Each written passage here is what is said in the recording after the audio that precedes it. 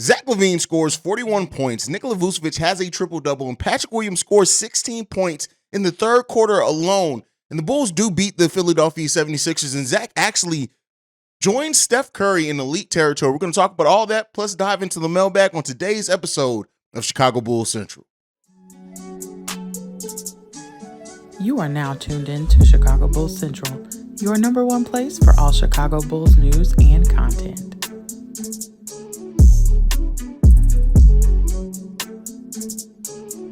All right, Bulls fans. So I know there's a lot of excitement right now. The Bulls beat the 76ers, and we play the Utah Jazz tonight. But with that being said, the Chicago Bulls came out and played an excellent game of basketball last night against the Philadelphia 76ers. And while I know there's going to be a lot of fans and Bulls pessimists that right now, because of the way the season goes, they need to see more before they believe it. But they're going to say, hey, Joel Embiid wasn't in this game. And that is correct. And the Bulls did take advantage of that. When you look at Vooch having a triple-double, doing the things that he was able to do, the Bulls dropping it down low to Vooch and things like that. Yes, they took advantage of a player missing for the Philadelphia 76ers, but you have to look at the way that the Bulls played this game, the style of play that went into it, the moving the ball around, Zach LaVine getting ridiculously hot, the defense that this team played as well. DeMar DeRozan, even though he did not have his shot falling, finding other ways to impact the game for the Chicago Bulls. That is the things that you want to take away and look at this game for what it is. But for Zach LaVine, and we're going to talk about a lot of other players as well, but for Zach LaVine, his 41 points yesterday, and just, shooting he's 44% this season on catch and shoot threes, which is ridiculous. But he joined Steph Curry in elite territory. And after the game, he was asked about it, and he had this to say. An absolute heater from Zach LaVine tonight. 41 points, the second most three-point makes in Bulls history tonight. 11 of them for you, Zach. Just give me a sense of what it's like when you start to make a couple and you think this might be one of those nights because you've had them before.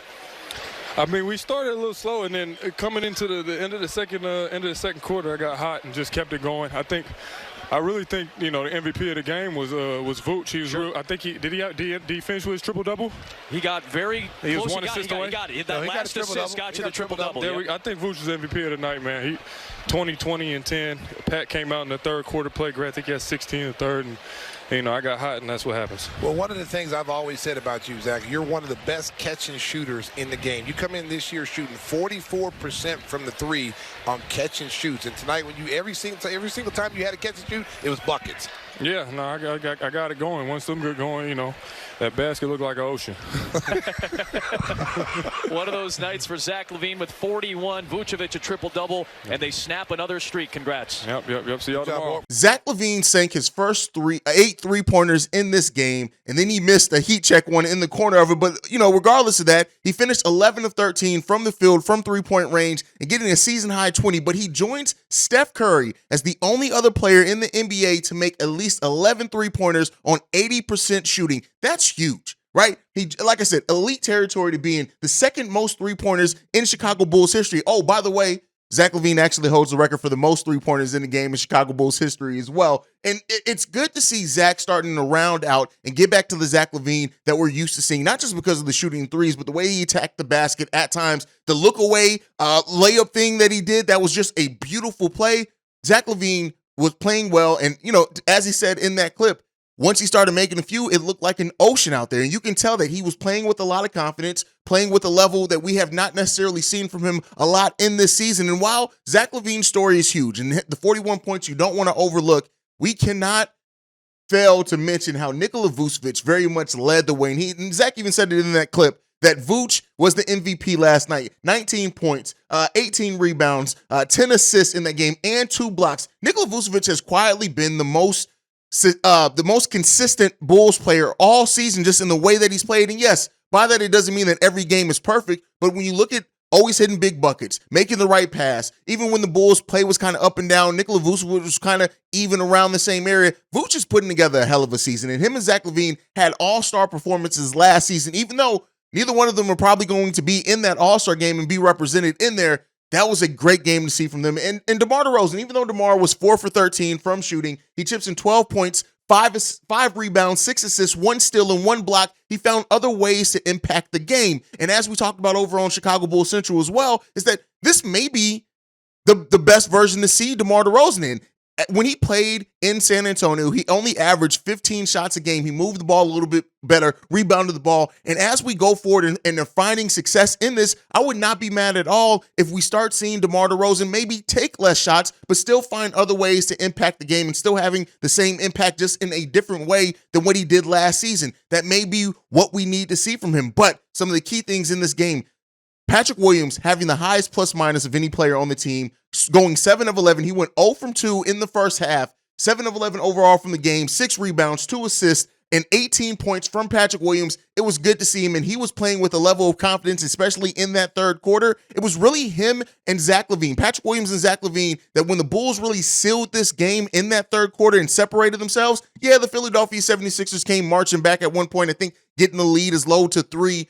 But it was really Patrick Williams and Zach LaVine getting in rhythm and leading the Bulls in that third quarter that led to us having the game in which we did. And it was good to see Patrick Williams impact the game defensively first, and then his offense came around. We haven't really seen very many games in which Patrick Williams has a really good defensive game and a really good offensive game in the same game. In this one, holding James Harden to 4 for 17 shooting. Yes, he scores 17 points. He gets 11 assists and 7 rebounds as well. But 17 shots to get 17 points is not an efficient night. And Patrick Williams did that thing on both sides of the ball. And I didn't mention that about Zach LaVine as well. Zach, initially in this game, getting it going, facilitating 4 other players with 6 assists. His shot wasn't necessarily falling in that first quarter. He came along a little bit better in the second quarter and just went nuclear in the third quarter for the Chicago Bulls. And then also when the Philadelphia 76ers did go on their run to get that lead low, it came when Zach was on the bench. Zach defensively in this game was huge as well. He played some really good defense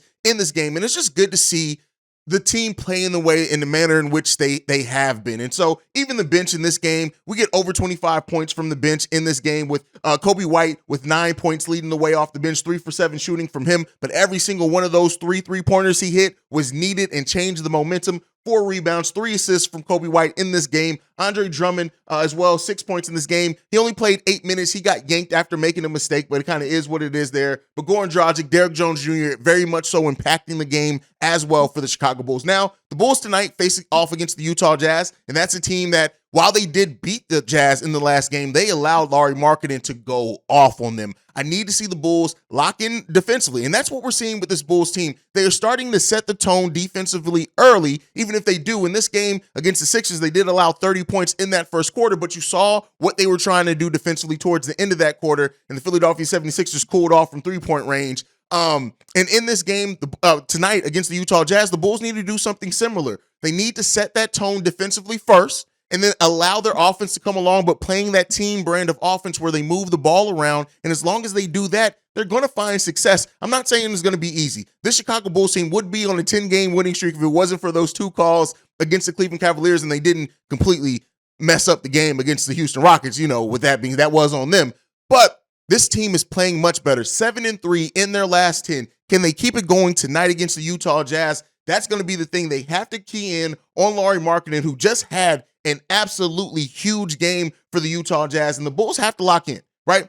Defensively is where the Bulls need to make their name at in these games, and we're starting to see the Bulls have the type of success that we want them to have when they do set that tone. Jordan Clarkson, Lauri Markkanen, they need to lock in on those players. The matchup between Patrick Williams and Lauri Markkanen, if Pat does end up guarding him, I need to see Pat own that matchup a little bit better. Well, he didn't really guard Lauri in the last game. They really didn't allow Patrick Williams to guard him. But with the way that Pat is starting to play defense now and the rhythm that he's working with, I want to see Pat on Lauri in this game. Don't know if we'll see it. They're not listening to me. They don't care what I want. But as well, Vooch also needs to establish himself. Kelly Olynyk, Walker Kessler have been playing really solid for the Utah Jazz, and they're going to present a physical problem for Vooch that he just did not have very much so against the game against Philly. So what do the Bulls players do? And don't be surprised.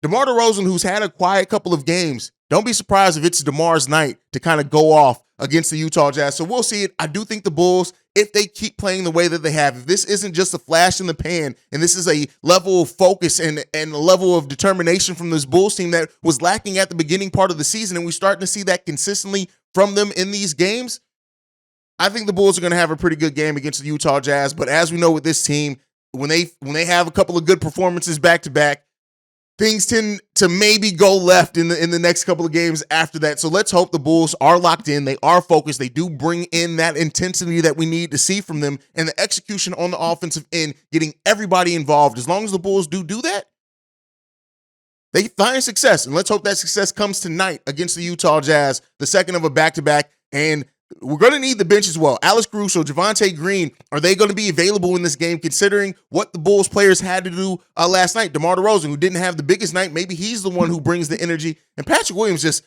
is slowly starting off January, just playing great, right? So let's see what this team ends up doing, what they end up looking like. And overall, I'm pretty excited right now. And I do think this game against the Utah Jazz is going to be a damn good game of basketball, win or lose. So let's tune in. Let's see what this team does. And let me know down below how you guys think. Question of the day. We said we're going to start doing questions of the day. Let me know, who do you think is going to have the biggest night for the Chicago Bulls against the Utah Jazz? Was the same question we asked yesterday, but to mix it up some, I'm going to ask you guys this. Do you think that this recent, it's only 2 games, right? But this recent level of play from Patrick Williams, is this enough to start building this confidence? Do we start seeing a more aggressive Patrick Williams from now until the end of the season? Let me know what you guys think down below. Also put it on the poll in the community tab. All right.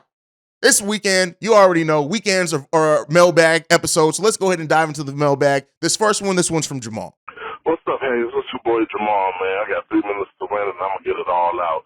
What the actual fuck happened last night, man? How the hell did we let Donovan Mitchell, a man who wasn't drafted by the Cavaliers at all, come in and drop 71 on our heads like that, man? That's bullshit. What is going on with our players? What's going on with our coach? I do not see any pride in this team, man. I'm a diehard Bulls fan. I was born a Bulls fan. I was raised to be a Bulls fan. And I take pride in being a Bulls fan. I have people who always want to, crap on me for being a Bulls fan. You're a fan of the Chicago Bulls. Why would you like that team?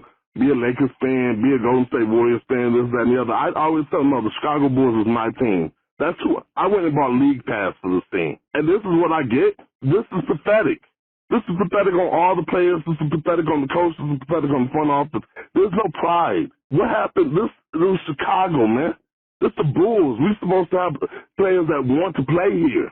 But it seems like every time we go against a really good team, not even just a really good team, because we've had some success against good teams this season, but it just seems like every time a team comes and punches us in the face, we roll over and just let them beat on us, man. That's not what we're supposed to do. Zach, come on, bro.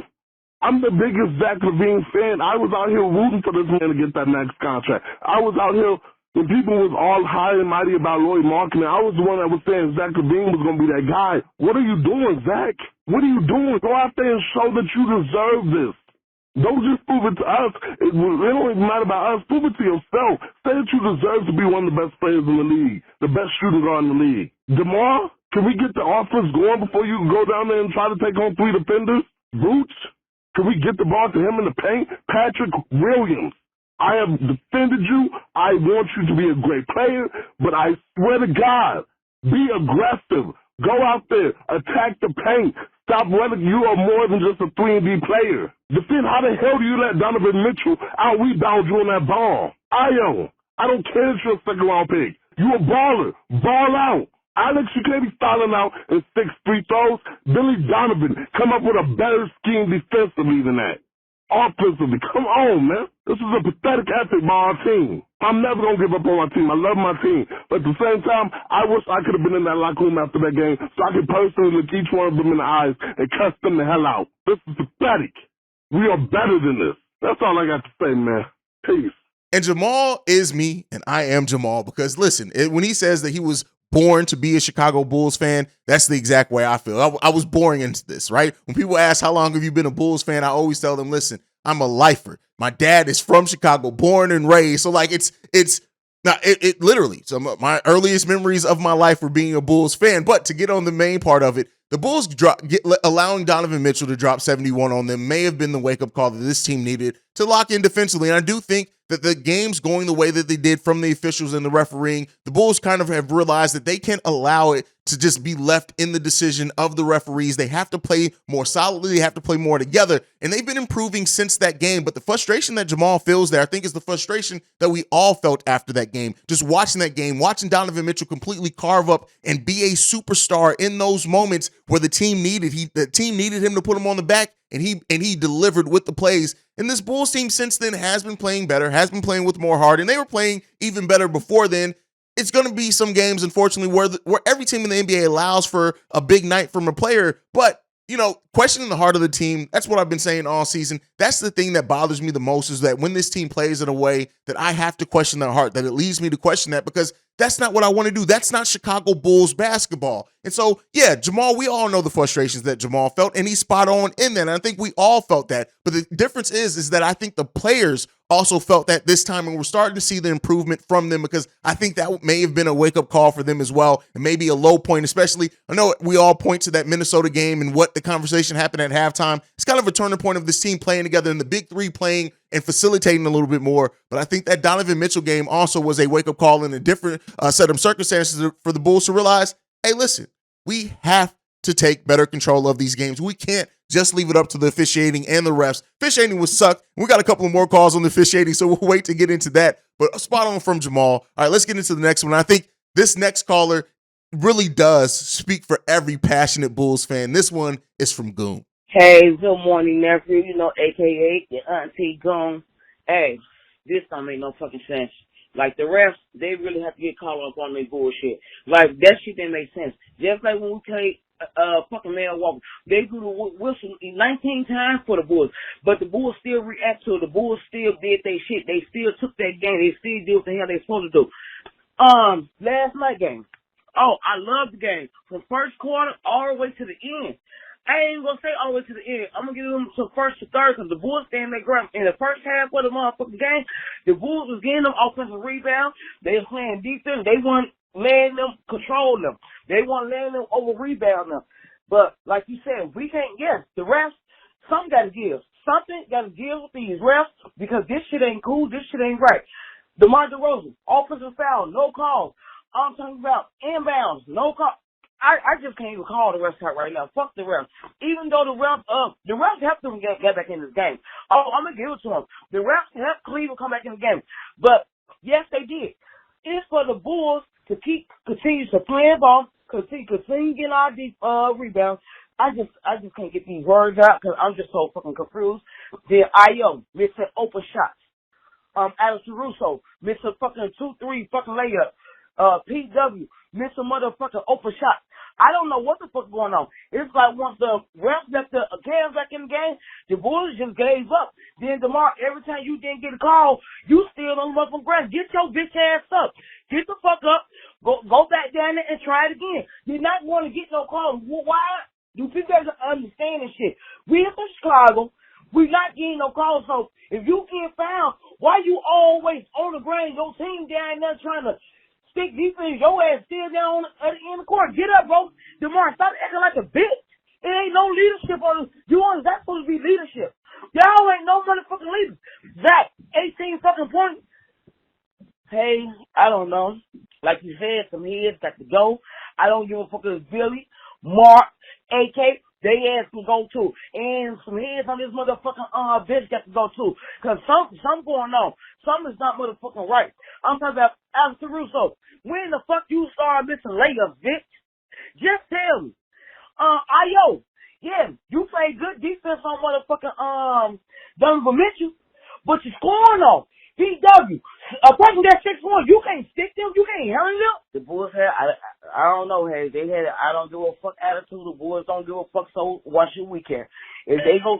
Listen, I told you guys, after Auntie leaves a voicemail sometimes, I don't even be knowing what to say back. Like, I'm not even gonna lie to you. Like, she be spot on. She says it in a way that I be wanting to say it, especially over on Locked On, where I can't be as candid. But like, real talk, this Bull seems frustrating. And in the officiating, something has to be done about officiating. And our next voicemail is on that, so I'm kind of leave that there. But when it just comes to the way that this Bulls team's playing, like I said it after that game, I can't blame it all on the officiating and the refs. They did play a big part in that. But the Bulls have to just find a way to own these games a little bit better. And I think they've been doing that as of late. But, Goon does speak for all of us. But just because the kind of voicemails go hand in hand, we're going to go ahead and play this next one from Brandon L. Jet. Yo, what's going on, Hayes?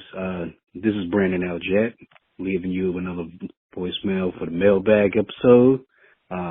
This one here, I'm not going to debate about the Bulls because they have their role to play and how they've been playing. They deserve all the smoke that they've been getting. I watched the video this morning on January 3rd that you put out of them, that you went in on. Duly noted, perfectly warranted. But I'm about to get in up on these motherfucking refs. And I normally don't cuss like this, so excuse my language and please forgive me. But back-to-back games, you blow calls that literally cost an NBA team the game. 2 games in back-to-back games by just saying, oh, the last play of the game should have been a foul, and then the very next game, the last play before overtime should have been a lane violation. That's basically telling a slap to the team, the organization, and its fans as, my bad, we messed up, and there's no accountability involved up in this. Something has to give with these damn refs. Somebody needs to be held accountable. If the players go in, they get fined. If the coaches go in, they get fined. If the fans go in, they get ejected, probably jailed, and banned from the stadium forever. But there's no accountability with these referees. Something needs to happen. Somebody's going to get hurt. Somebody's going to get suspended, and somebody's going to go off if these refs are not held accountable. The NBA needs to do something about these damn refs, or else heads will roll. I promise you that. What are your thoughts, Hayes? Peace. The NBA has to do something about the officiating. Now, what we've seen in the last couple of games, and shout out to Pat, the designer, my co-host over on Locked On, he mentioned it. At the end of the day, when NBA gets criticized and it's so blatant, you see hard turns the other way. And we have seen that now. The officiating has been a little bit more even the last couple of games for the Chicago Bulls, but considering the spread tonight against the Utah Jazz is -1, expect to be for a tough game to be called by the refs. If my point shaving conspiracy is on track, this game is going to be a game that, and I'm not saying it's necessarily going to go against the Bulls. We'll see which way it goes, but don't be surprised if the refs are on one. But the NBA absolutely has to do something. The last 2-minute report is all cool. It's fine and dandy. And to me, it's that version of how like people take fake accountability for their actions. That's what the last 2-minute report is to me. It's the NBA being fake and holding themselves accountable for their refs sucking. But the real way that you can hold them accountable is punishment, is like doing something more about it. Something has to be done about the officiating. It's been so egregious this season that it's just bad. It's just bad, and that's overall in the NBA, not just the Chicago Bulls, but of course, this is a Bulls podcast, so we're going to talk about how it affects the Bulls. It's sucked this season. Let's be clear here. It has sucked. And hopefully the NBA is looking at it, is doing something, because you can't have referees dictating history. You can't have referees completely in the way that they are dictating these games that have been so far this season. The Bulls have been officiated terribly. Officiating overall in the NBA has been terrible this season. Let's hope that it does improve. All right, let's get into this next voicemail. This one's from Michael. Hey, good day, Hayes. What I feel best about the win over the Nets yesterday was Patrick Williams and Io. These are kids. We have a 24-year-old and a 19-year-old at home. And for some perspective, Patrick Williams is actually closer in age to a 15-year-old than he is to Zach LaVine, or close to that. But these kids are great, man. They've got what I like best about them is kids. They've got great attitudes, and that's good to see. It makes me feel good about the team. It's been a roller coaster season, of course, but I think they've turned the corner. Even though I'm sure they're going to have some bad games along the way. But I think this team is ready to take some strides here. The way they play really good teams, you can make a case for continuity. They'll still need to add to that continuity. Maybe some lanky size would be great. But in any case, Love the show. Go Bulls. I'm about an hour away from Philadelphia, and we're debating about trying to get to go to the game tomorrow. Having the Bulls beat the Nets yesterday is making me more interested in doing it, but it's a Friday night, and I don't know if I want to go to Philly. But in any case, have a great night, and enjoy the show. I enjoy the show. Thanks. This is Michael Korn, by the way, fan since 1966. And Michael says, I think what we all feel. And that is, like, I've said it this offseason. The bet on continuity was also a bet on Ayo and Patrick Williams developing in meaningful ways. Now, that did not come at the start of the season. We're starting to see that now. I talked about it on last night's live stream after the game, is that we can't always expect Patrick Williams to just be 7 of 11 for 18 points. Like, it's not always going to happen. But you do need to see him take more steps and being aggressive. You need to see him take more steps and also having plays called for him. And we're starting to see that as well. Ayo, who, was kind of used in a way that didn't really suit his skill set at the start of the season. We're now seeing Ayo being allowed to push the pace a little bit more, dictate that tempo as a point guard, and we're seeing him have success in it. When Ayo pushes the fast break and when he attacks the rim and attacks his defender, it's a beautiful brand of basketball. And he also has been smart enough as well to make the correct passes when he does penetrate. And if it is not a shot for him, if he gets to the rim and it's a little bit congestion there, he does make the correct passes. I love seeing Patrick Williams and Ayo be big parts in Bulls wins, especially in that Brooklyn Nets game. Patrick Williams majorly in last night's game against the Philadelphia 76ers. Ayo had some flashes, but didn't have necessarily the game throughout that he had against the Brooklyn Nets. But it's good to see those players be big parts of what the Chicago Bulls are doing, because that's what the bet on continuity was for. Ayo Dosunmu, 4 for 9 last night, had a plus minus of plus 15, only 8 points, but he did so many other things in that game defensively, and that's what you want to see from Ayo Dosunmu. And yeah, they are the Bulls' future. As much as DeMar is great, he is not the Bulls' future. He's the Bulls' present. And you have to invest in your future in Patrick Williams, in Ayo Dosunmu, and Kobe White.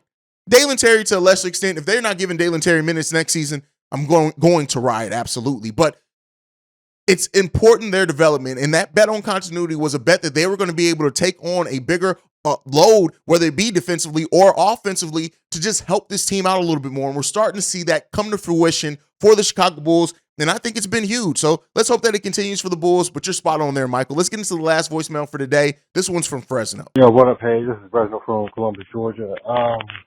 I like Jared Vanderbilt on that team. And my thing is, I think it will cost you the Portland first-round pick, because I'm thinking of Marko Simonovic, Tony Bradley, Portland pick, Vanderbilt, the 2023 second-rounder, well, Utah second-rounder, and conditional second-rounder in 2025 from them. I know it's a lot with the first-round pick, but you're essentially trading two almost useless players for a guy who can give you 8 and 8 and 24 minutes off the bench. So just tell me what your thoughts on that. Thanks. Fresno brings up a player that I've talked a little bit about that I do think Jared Vanderbilt. Now, the trade that you presented, if it took the Portland first to get Jared Vanderbilt, the way that I look at it is this: that Portland first, if we do get it, has to be outside of the lottery. So it's going to be around 17 to 20. Let's just say that.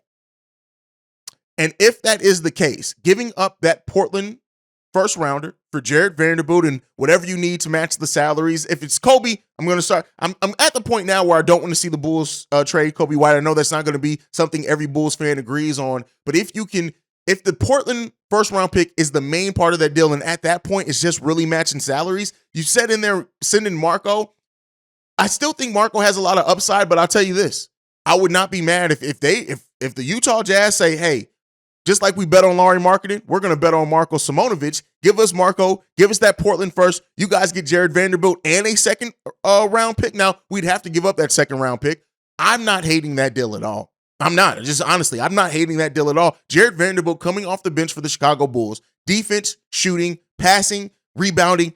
He's everything you need. Now, he's a 3 and 4, and he can play both those positions. And then, as I said before, as you look towards the future for the Chicago Bulls, possibly him and Patrick Williams, one of them being the 3, one of them being the 4, I'm not hating that at all. Like, I'm just not. I love Jared Vanderbilt. I love what he could bring to this team. I think he brings a lot of what's needed as well for this team and defense and everything else. He projects to be a 3-and-D guy, but he doesn't necessarily hit the three at a high enough rate right now where I'm ready to just sure enough bet on that. Let me take a look at Jared Vanderbilt's. What is Jared Vanderbilt's 3-point percentage this year? Give me 1 second to look this up. No, this is not the best podcasting, but I want to be thorough in what I give you guys. So Jared Vanderbilt right now is hitting the three this season at a 35% clip, the highest of his career, and he's only taking 1 3 a game, though. See, that's the thing, right? Only taking 1 3 a game and hitting it at a 35% clip is okay. But again, the spacing on this team, the way that he will get open corner threes just by the nature that we run this offense could be interesting. Jared Vanderbilt's numbers on this season, 8 points, 8 rebounds, almost 3 assists, and 57% field goal percentage. I'll take that every day. Jared Vanderbilt's production is the exact type of production that you get from a player in the area that Portland Trail Blazers pick projects to be at. So with that being said, I would definitely make that move, and I think Jared Vanderbilt would be a hell of a player on the Chicago Bulls team. But that's it for the Mailbag episode today. You guys know it's game day, so what that means, we're going to have our pregame, our halftime hangout, and postgame shows all tonight. Make sure you guys are tuned into the channel and hit that subscribe button. We are less than 100 subscribers away from our goal of 10,000 subscribers. So make sure you guys hit that subscribe button if you're not subscribed to the channel as well. You can follow the show at Bulls Central Pod. You can send us any feedback, questions, comments, concerns, bullscentralpod@gmail.com. Lastly, if you want to leave a text and our voicemail, 773-270-2799. And like I like to end every episode on, go Bulls. Love you guys. See red, y'all. And peace. This has been a presentation of the Break Media.